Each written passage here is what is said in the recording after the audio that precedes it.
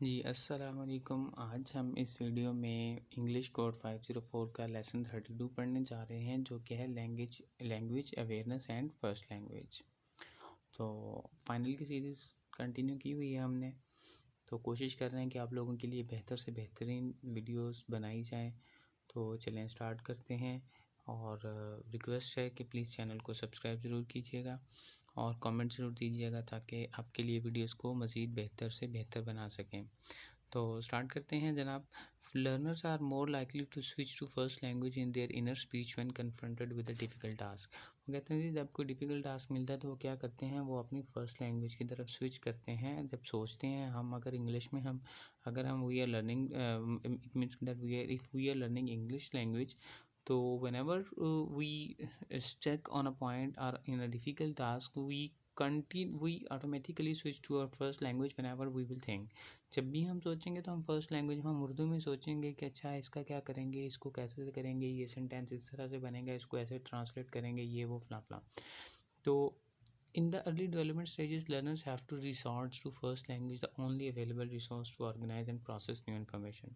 Start में learners के पास फर्स्ट लैंग्वेज ही अवेलेबल टूल होता है, रिसोर्स होता है।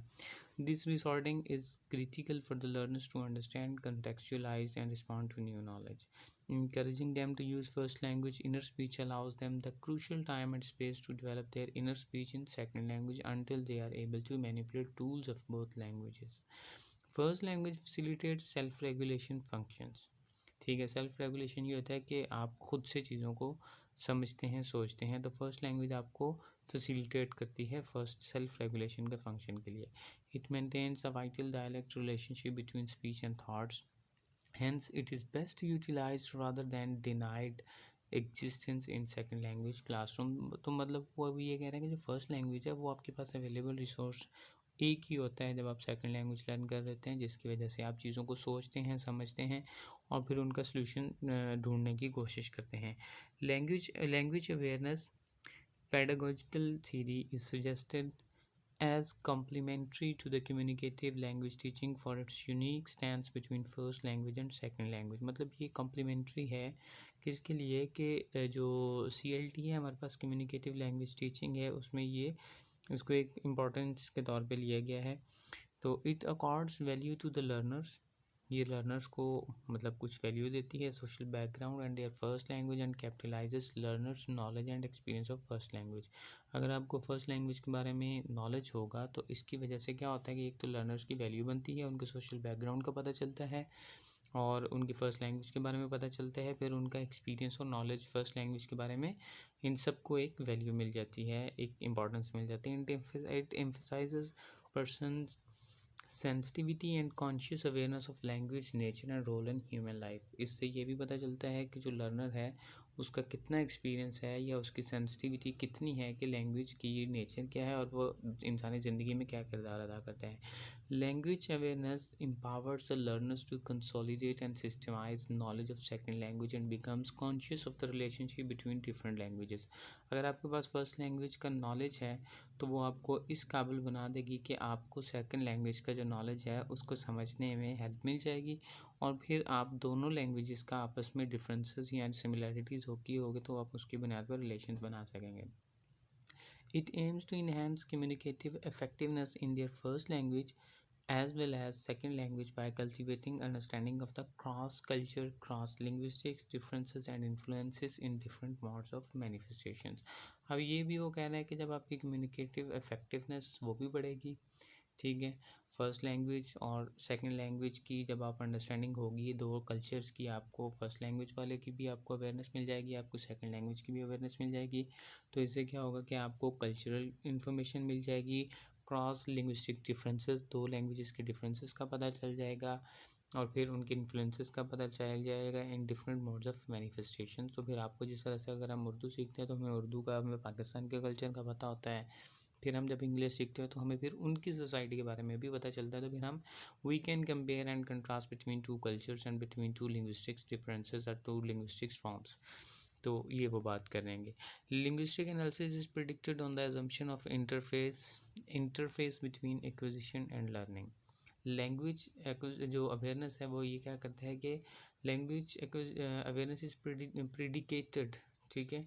Predicated on the assumptions of interference between acquisition और लर्निंग। जो लैंग्वेज अवेयरनेस है वो ये कह रहा है कि एक्विजिशन और लर्निंग के दरमियान में एक ब्रिज का काम करता है कि एक फर्स्ट लैंग्वेज को हम एक्वायर करते हैं, सेकंड को हम लर्न करते हैं। It believes that explicit instructions and focus on the form leads to second language acquisition. अगर आपको लैंग्वेज अवेयरनेस है तो ये क्या करता है, फिर ये आपको सेकंड लैंग्वेज एक्विजिशन की तरफ फोकस और आपको एक अच्छे से उसका ओवरव्यू देता है। Once consciousness of the particular feature is raised through formal instruction, learners continue to remain aware of the feature and notice it. जब आपको कॉन्शियसनेस जो आपको मिल जाती है तो फिर आप क्या करते हैं, सेकंड लैंग्वेज के बारे में भी आपको अवेयरनेस मिली जाती है।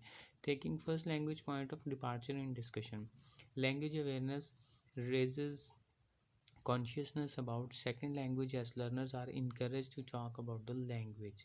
ठीक है, जब आपको लैंग्वेज अवेयरनेस होगी तो फिर क्या होगा, आप सेकंड लैंग्वेज के बारे में उनको थोड़े ज़्यादा कॉन्शियस हो जाएंगे, ज़्यादा उन्हें पता चलेगा। अगर उन्हें पहले ही लैंग्वेज अवेयरनेस ही नहीं है तो फिर वो सेकंड लैंग्वेज में लर्निंग करने के दौरान में वो बोर ही होते रहेंगे। लेकिन जब उन्हें लैंग्वेज अवेयरनेस होगी तो सेकंड लैंग्वेज के बारे में क्या होगा कि उनको इनकरेज आप करते रहेंगे, फिर वो थोड़ी हिम्मत के साथ, थोड़ी कॉन्फिडेंस के साथ लैंग्वेज के बारे में बात करेंगे।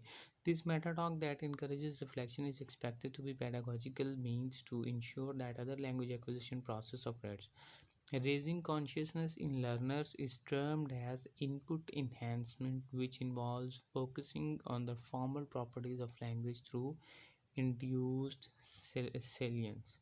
ठीक है जी, वो कहते हैं कि जब आप कॉन्शियस जो उनका शऊर है, उन्हें जो शऊर आप बेदार करते हैं उनका लर्नर्स का, उसको इनपुट इन्हेंसमेंट कहते हैं। कि आप उनको जगा रहे हैं सेकंड लैंग्वेज अवेयरनेस के बारे में, या सेकंड लैंग्वेज के लिए जो अवेयरनेस है आप उसको जगा रहे हैं, तो इसको इनपुट इन्हेंसमेंट कहते हैं। जिससे क्या होता है कि फॉर्मल प्रॉपर्टीज़ ऑफ लैंग्वेज उसके बारे में उनका फोकस इसको ये इन्वॉल्व होती हैं।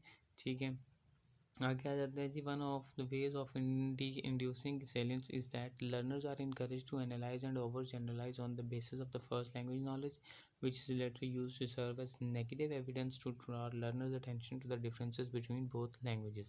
कहते हैं जी, इसमें होता है कि लर्नर्स को हम फोर्स करते हैं कि मतलब फोर्स तो नहीं करते, मतलब उनको इनकरेज करते हैं कि वो फर्स्ट लैंग्वेज का जो नॉलेज है उसको जर्नलाइज करें, और उसके बाद फिर क्या होता है, फिर वो दो लैंग्वेजेस के बारे में डिफरेंसेस निकालें। It enables them to appropriate their current assumptions about second language by noticing the gap between their current and target language. वही बात आ जाती है कि फर्स्ट लैंग्वेज और सेकंड लैंग्वेज के बारे में वो फिर कंपेयर एंड कंट्रास्ट वाली कहानी।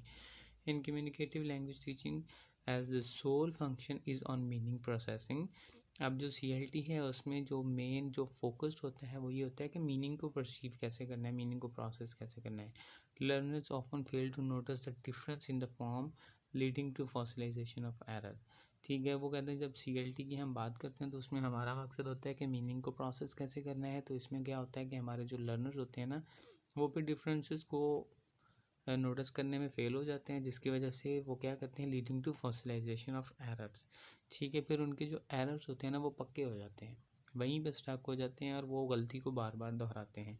Drawing on first language, language awareness focuses on form and function of second language by exploiting a methodology that is reflexive, inductive, interactive and investigational। ठीक है जी, मतलब इसमें क्या हो रहा है कि लैंग्वेज एक्विजिशन में रिफ्लेक्सिव आप उसको एक रिफ्लेक्सिव है, इंडक्टिव है, इंटरेक्टिव है, इन्वेस्टिगेशनल है।